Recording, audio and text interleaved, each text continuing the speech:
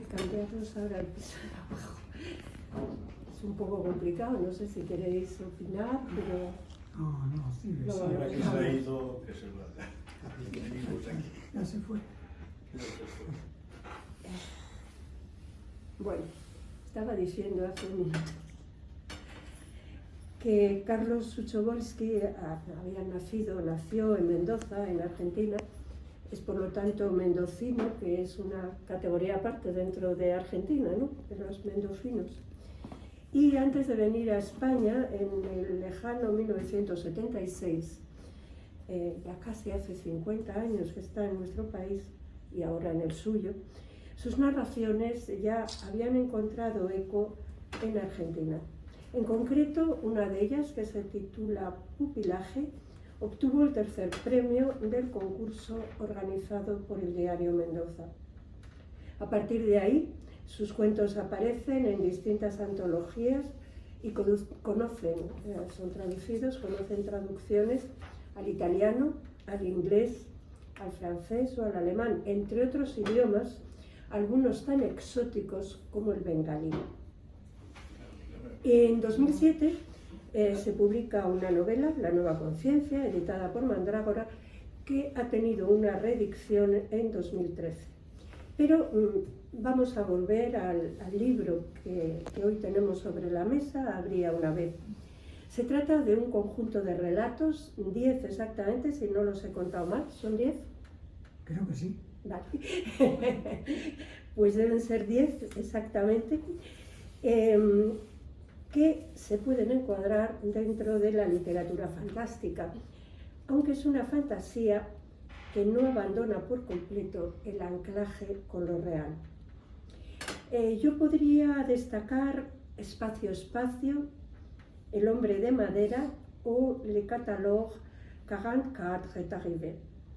En el primero juega con el espacio y en el tercero Le catalogue juega con el tiempo. Espacio y tiempo son los dos parámetros en los que se encuadra nuestra existencia, los dos ejes ante los que se inclina la física, incluida la física cuántica, y yo diría también que la metafísica. Me vais a permitir una pequeña anécdota. Digo metafísica por una razón. En el año 1986, Vicente Beltrán Anglada, un personaje que se movía en ambientes más o menos esotéricos, dio en Barcelona una conferencia que se titulaba El espacio es una entidad. Más allá o más acá del tema de la conferencia, que ahora desde luego no viene a cuento, a mí en aquel momento, y me lo sigue pareciendo, me pareció una metáfora fascinante, porque si el espacio, esto donde estamos, es una entidad, de alguna forma vivimos dentro de esa matriz. El espacio en la narración, espacio, espacio, que abre el libro de relatos Habría una vez, también está vivo. Al menos vivo a su manera. En cuanto al tiempo, que es el verdadero protagonista del Le catalogue, ¿quién no ha sospechado alguna vez que la realidad tiene grietas y que cuando menos te lo esperas te puedes escurrir por una de ellas? Te puedes tropezar por un lugar por donde entras, como Alicia en el País de las Maravillas, y pasas a otra realidad. Os decía en el correo que convoca esta tertulia, creo que muchos no habéis recibido, que las historias de Suchobolski se mueven en una zona ambigua, que se aleja de la realidad sin dejar de pertenecer a ella. En los relatos se tensan los límites de lo cotidiano, pero no se corta el cordón umbilical con lo verosímil. Es más, yo diría que Carlos se afana en que el lenguaje describa con minuciosidad la anomalía, que sus personajes hablen de ella como podrían explicarle a un médico su malestar. Intentan, sus personajes, que les entendamos. Quizá intentan que nos demos cuenta de que eso también te podría pasar a ti. Antes de terminar y de darle la palabra a Eugenio, vais a permitirme una pequeña cita de espacio-espacio. Comillas, tengo que leer naturalmente. De todos modos, permanecimos muy atentos a lo que sucedía detrás de las paredes, o más bien dentro de ellas, y conseguimos bosquejar hasta un grado de precisión inverosímil a qué podían deberse las diversas manifestaciones que llegaban hasta nosotros.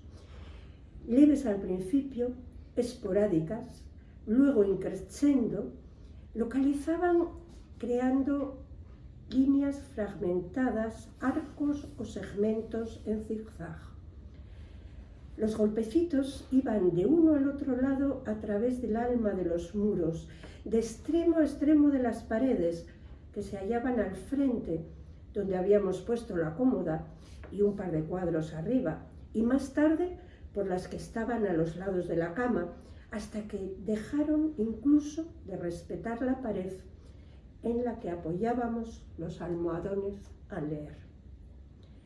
Bueno, cosas así, como estos golpes que se producen en las paredes y que van asediando a los protagonistas, se pueden encontrar en las historias de Habría una vez, y de eso nos van a hablar Eugenio y Carlos.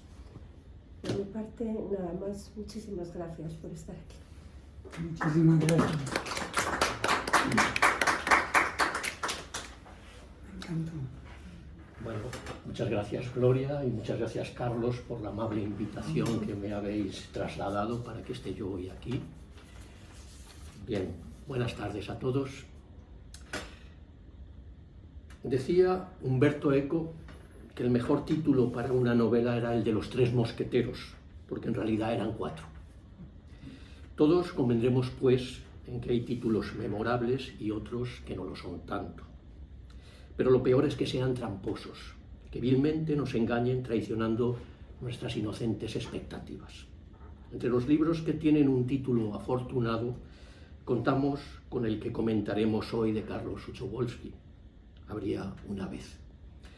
Todo título es una invitación a un viaje en el que el autor adquiere un compromiso con el lector que debe cumplir escrupulosamente a fin de no defraudarlo. El título, en su concisión, que no insignificancia, pertenece por derecho propio al mismo ámbito del aforismo, el haiku o el microrrelato. No lo confundamos en ningún caso con el eslogan publicitario, pues, aunque comparta con él algún que otro aspecto. El juego de palabras que nos propone Carlos Suchobolski en el título de su libro es de una riqueza semántica incuestionable. La forma verbal habría una vez opone el condicional simple del verbo al habitual pretérito imperfecto de indicativo del había una vez con el que principian los cuentos infantiles. Si el imperfecto se usa para narrar situaciones que ocurrieron en el pasado, el condicional, por el contrario, expresa una acción que cabe imaginar en el futuro si concurren determinadas circunstancias. Es decir, ya disponemos de varias contraposiciones, si bien nos estamos moviendo en ambos extremos en el terreno que se ha dado en llamar literatura fantástica. Pasado remoto frente a futuro a medio plazo, certeza frente a posibilidad, happy end frente a distopía, u orden frente a entropía. En suma, narración infantil frente a narración para adultos. Y en este último binomio, Carlos, por cierto, nos desliza irónicamente un enfrentamiento que ha hecho correr caudalosos ríos de tinta, cuento versus relato, polémica a la que no nos vamos a entregar por el momento. De todo ello se deduce que el tiempo, como bien decía Gloria, es uno de los elementos con los que juega el autor, pero hay algunos más. Por ejemplo, el humor, a veces negro, el espacio, al que también se refería a ella, y por último, la identidad del protagonista y de los personajes que le acompañan en el relato. Todos estos elementos, en manos de Carlos, van a transgredir la realidad física para desmantelar la idea que tenemos de ella. La cita que abre el título es, como su título, la cita que abre el libro es, como su título, toda una declaración de intenciones. Leo: la historia de Kai Las historias de Kay despertaban tanto mayor interés cuanto que no parecían del todo ficticias, sino que partían de la realidad y la presentaban desde un prisma extraño y misterioso. La cita pertenece a los Bodenböck de Thomas Mann y no solo nos anticipa lo que vamos a leer, relatos que van a empujar al lector a preguntarse si detrás de la fantasía se esconde la realidad o es justo al revés, sino que también nos adelanta cómo lo vamos a leer, en qué molde lo ha metido Carlos. Carlos dialoga con la mejor tradición de la literatura fantástica, desde Homero hasta Cortázar, pasando por Cervantes, Othman, una larga lista donde entran Jonathan Swift, Carlo Collodi, Mary Shelley, Verne, Poe, Meiring, Kafka, Lovecraft, Gombrowicz y Borges, entre otros. Literatura con densidad lírica que podemos calificar en ocasiones de distopía metafísica o existencial, como la del portugués Saramago, frente a las tecnológicas que nos ofrecieron Orwell o Huxley. Carlos, en cada uno de los 10 relatos, son 10, los he contado cuidadosamente, que integran el libro, nos plantea dilemas morales, nos interroga como lectores, a la vez que nos confronta con nuestra propia existencia consuetudinaria, en un espejo atroz o banal, casi valle-inclanesco, me atrevo a decir por expresionista, para sorprendernos a menudo con un final inesperado. Entre la ciencia ficción y la política aflicción, sus historias se mueven en la conocida Twilight Zone, parafraseando el también magnífico título de una legendaria serie televisiva de finales de los 50, creada por Rod Serling, que muchos de ustedes recordarán. En estos 10 relatos, 10, cabe de todo. Incluso también me aventuro a verlos como aquellos cuadros barrocos donde el horror vacui hace su presencia. También conviven en el libro subgéneros diversos, la literatura de terror, la de ciencia ficción, la literatura gótica o la parábola política. Los relatos de Carlos van de lo cotidiano hasta lo anormal, como sostiene la crítica argentina Ana María Barrenechea acerca de los amplios límites del género, en contra de la definición canónica, pero ciertamente restrictiva, que hizo Todorov en su célebre Introducción a la literatura fantástica. Nuestro autor hace una negación poética de la realidad en palabras de Uslar Pietri, porque el mundo le resulta insoportable por hostil. Por tanto, Carlos sigue el legado del bonaerense Jorge Luis Borges, anglófilo por más señas, que junto a Adolfo Bioy Casares y Silvina Ocampo elaboró una indispensable antología de la literatura fantástica y él mismo se dedicó magistralmente a engrosar la nómina de autores fascinados por el género, por cierto poco frecuentado por la literatura española, que, excepción hecha del Quijote, no ha mostrado especial interés por él, tema que no estaría de más tratar si llega el caso y si a ustedes les apetece luego. Como el subgénero cinematográfico del neo-western, el neofantástico de Carlos revitaliza los elementos clásicos del género tradicional con un enfoque contemporáneo. De igual modo que estas películas, los relatos de Carlos, a través de las nuevas lentes narrativas y estéticas, transportan al lector a lugares poblados por personajes complejos y situaciones moralmente ambiguas, que exploran temas universales como la justicia, la redención y el conflicto entre el individuo y la sociedad. Dicho lo cual, les dejo con 10 fantásticos relatos fantásticos, donde el verbo alambicado e inquietante y a menudo apocalíptico del alquimista Carlos Suchovolsky alcanza altas cotas en la metaficcional y en la ficción conceptual. 10 relatos en los que lo onírico, lo insólito, lo alucinatorio o la ensoñación se dan cita en el bar de la esquina de la manera más natural del mundo, como en aquel caso en el que una persona normal y corriente se despierta para comprobar que el dinosaurio que no le ha quitado el sueño sigue encontrándose a su lado. Muchas gracias. Muchas gracias. Bueno, queríamos que conocierais algunos textos de las narraciones, de los cuentos que forman parte de Habría una vez. Ahora ya sí sabemos seguro que son 10. Yo tenía mis dudas, se había cortado bien. Carlos le ha pedido a Eugenio, que realmente tiene una espléndida voz y que se ocupa de temas de radio, haciendo entrevistas y programas, que le eche una mano y que sea él quien lea. Así que Eugenio nos va a leer unos textos que ha elegido Carlos, queda esto bien claro, que ha elegido Carlos, y luego cuando ya hayamos entrado un poco en materia, ya hayamos visto por qué terreno se mueve la ficción de Carlos Uchobolski, pues vamos a pasar a charlar, que esto es de lo que se trata. Aquí, más que a presentar libros, lo que venimos es a hablar con el autor y a preguntarle lo que le preguntaríamos tomando un café, ¿no?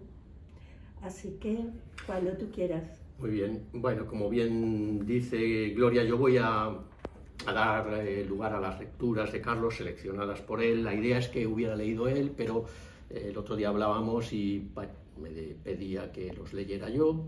Bueno, pues gracias, Carlos. Totalmente. Porque yo otra cosa no, pero esto de chupar cámara, ya sabes, o micro, aunque no lo tengamos, un micro metafórico. Hacer otra cosa muy loable. El que leas, igual que tanto Gloria, que tengo que agradeceros a los dos, ha sido, digamos, una presentación doble, muy alentadora, realmente muy buena. Pero bueno, las preguntas las contestas tú, ¿eh? Sí, o sea, sí. que queden las cosas claras. De acuerdo. Sí, por eso yo no me lo he estudiado. Bueno, hemos hecho una selección de 3 fragmentos, de 3 cuentos. Luego podemos entrar en esa distinción que yo apuntaba del relato y el cuento, porque me parece interesante si quieren ustedes. Pero voy a dar lectura a uno de los textos que lleva por título, mi francés, disculpen porque no es bueno, desde el colegio ya hace muchísimos años, la verdad que prefiero no acordarme, no lo he vuelto a tocar. El título es Le catalogue 44 est arrivé y dice así: seducido por las antigüedades que se exhibían en los escaparates, nos detuvimos M, en ese momento todavía mi mujer, y yo, ante la tienda de Monsieur Bernard, a quien acabaría inevitablemente conociendo luego. La tienda destacaba encantadora al fondo de una calle perdida en la zona alta de Ginebra, apenas poblada de farolas de las que se encontraba algo distante, al pie de una fachada sin una sola ventana iluminada. Destacando, en fin, así como algo único y mágico en la penumbra gris de aquel atardecer de lloviznas intermitentes de principios de mayo, que cesaban por momentos, pero manteniéndose al acecho. Era imposible no verse atraído por ella gracias a la tenue luz anaranjada que escapaba por los cristales de la puerta y las vitrinas gemelas que la flanqueaban, un color que, al acercarnos, vimos que lo aportaban los reflejos de la luz eléctrica sobre las maderas lustrosas de las que estaban hechos la mayoría de los objetos que se exhibían allí dentro, especialmente los que descansaban en los mostradores o colgaban de las paredes de los escaparates. El dueño, o como sabría más tarde el encargado en funciones, estaba de espaldas al fondo de la tienda. Lo vi a través de la puerta después de subir los 2 escalones por los que se llegaba a ella, en la que figuraba pintado en arco el nombre de la tienda, Calixo, cuyo sentido no comprendería de inmediato y debajo del cual se leía en francés Antigüedades. De cabellera blanca se inclinaba sobre el mostrador rodeado de incontables satélites, como habría podido estarlo un sol, un rey, un dios, registrando, como bien supuse, una reciente venta o una entrada pendiente en un cuaderno. En los escaparates simétricos que daban a la calle, uno a la izquierda y otro a la derecha de la entrada, tras los cuales contrapunteaba la amalgama de matices irregulares que se distribuían dentro sin una particular composición, se repetía el mismo anuncio en 2 folios apaisados de cartulina o de un papel amarillento de considerable gramaje, fijados por dentro en cada uno de los cristales por medio de 4 gotas de pegamento depositados con prolijidad en las esquinas, indudablemente sopesadas a la milésima de gramo, seguramente, me atreví a sospechar, utilizando alguno de los instrumentos de medida expuestos. Los cartelitos anunciaban en gruesas letras tipográficas: Le catalogue 44 est arrivé. Los objetos no se ofrecían en la tienda, los objetos que se ofrecían en la tienda eran soberbios, provenientes vaya uno a saber de qué tiempos y qué tierras, tras surcar qué mares o qué cielos y soportar cuántos avatares y cambios de mano, actualmente en desuso, convertidos en piezas de museo o destinados a alguna colección privada, algunos ocultos en cajas de madera y otros, sin estarlo, de insondable utilidad para mis conocimientos. Supervivientes a la manipulación y tal vez como si hubiesen sido fabricados tan solo para su contemplación, convivían con otros incontables, más pequeños, posiblemente más caros, que se conservaban en el interior de 4 vitrinas en fila que dejaban al visitante unos estrechos pasadizos a recorrer para poder observar sus contenidos con detenimiento. Muchos eran muy extraños para mí, otros reconocibles en uno u otro grado, pero todos notablemente singulares. Y mientras algunos habían sido agrupados por su teórica o primitiva utilidad, hoy puramente teórica, en incontables variaciones estéticas y complementarias creadas por la imperiosa necesidad de la inventiva, otros, más exclusivos si cabe, se agolpaban sin concierto discernible, aunque en ningún caso de manera descuidada, sino en un desorden que parecía pretender realzarlos a la mirada del observador interesado, animándolo a que los descubriera y valorara por separado, siempre evitando roces irreparables o pérdidas de protagonismo. La mía, extasiada, estuvo inicialmente dando brincos de unos a otros a través de los escaparates, ansiando poseerlos más de cerca, tocarlos inclusive si estuviera permitido. Termómetros que dejaban ver su metal líquido, cristalizado, seco o congelado en sus tubos de cristal amarillentos. Brújulas y sextantes de diversos estilos que habían permitido a unos u otros navegantes dar la vuelta al Cabo de Hornos o al de Buena Esperanza, expandir Occidente hasta la Polinesia o encontrar la Isla del Tesoro. Balanzas y barómetros de precisión propios de gabinetes científicos de la primera hora, telescopios que debieron recibir en ofrenda príncipes y reyes y que tal vez continuaran encerrando reflejos de las estrellas mediceas. Un par de periscopios de bitácora, una cornamusa de bronce, unos sextantes y un astrolabio que habría dicho que provenía de la isla flotante de la Puta, y más concretamente de Flandona, Gañol o la cueva del astrónomo. Algunas piezas de grandes maquinarias, como una rueda de timón y una hélice, y otras muy pequeñas y en ciertos casos diminutas, medallas, alajeros, sellos de cobre para señalar la identidad en lacre, recordando la inviolabilidad de la correspondencia, alfileres de insectólogo o de estudiosos de la electricidad biológica, monedas herrumbradas o mordidas, unos cuadros de pequeño tamaño, algunos para que una dama lo llevara al cuello, un globo terráqueo rodeado por anillos engarzados, de uno de los cuales una bella varilla materializaba la gravedad y la inercia centrípeta a un tiempo, al sostener la luna siempre a la misma distancia, y que llevaba a pensar en Méliès o en Julio Verne, unas pistolas de duelo y un sable que inevitablemente recordaban a Munchausen, a Cyrano, a Miguel Estrobot. Creo, porque no supe bien qué podía ser aquello, hasta un pequeño sismógrafo, un diapasón, de modo que, ignorando a mi mujer, con la que intentaba aún recuperar nuestra desgraciada relación durante aquellos 3 días, que me observaba en silencio, pensando que ya estaba a punto de hacer algo que no sé por qué le molestaba tanto, subí los 2 escalones, deteniéndome en la puerta, donde me amedrentó un tanto la figura de Monsieur Bernard, lo que por fin no fue freno suficiente para que decidiera entrar, como ella ya temía. Un sinsentido la sentí murmurar cuando tal vez solo lo pensara, cosas de la facultad telepática que desde un principio experimentábamos, para acabar protestando al fin de un modo explícito y un tanto estentóreo en cuanto me vio girar el picaporte. ¿Te vas a comprar algo más? Pero si ya no tienes dónde poner las cosas. Este es el fragmento. Hasta ahí puede leer. Bueno, pues este es el primer texto que hemos seleccionado. No sé si queremos comentar algo. ¿Quieres comentar algo o pasamos al segundo? ¿Queremos Carlos? comentar algo?